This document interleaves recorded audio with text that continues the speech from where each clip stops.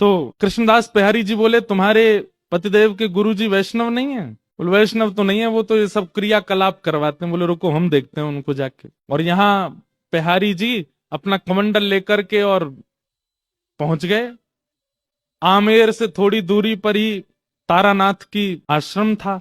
वो आश्रम के द्वार के बिल्कुल बाहर जाकर के कृष्णदास बिहारी जी बैठ गए, अपना चिमटा गाड़ दिया, धूना लगा करके वो बैठ के वहीं अपना भजन करने लगे। भीतर जाकर के किसी ने हल्ला किया, बोले बाहर द्वार पर एक महात्मा बैठ गया, आकर के हवन आदि कर रहा है। तो एक तारानाथ जी ने ऊपर से देखा, तो देख करके बोले इसको हटाने का प्रयास करो, इसको यहां से हटाओ, कहीं ऐसा तो नहीं है अपने भक्ति प्रभाव से हमारी तंत्र विद्याओं को नष्ट कर रहा हो। सब लोगों ने जाकर के प्रयास किया, लेकिन कृष्णदास बिहारी जी को कोई हटा नहीं पाया।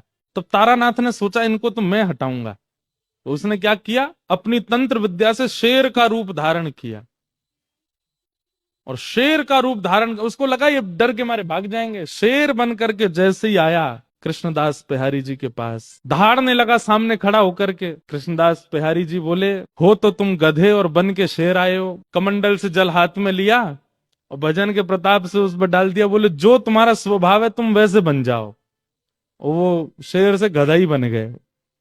और गधा बन करके महाराज भागे भागे भागे दूर जाकर के कहीं गधा के झुंडन में खड़े हो गए।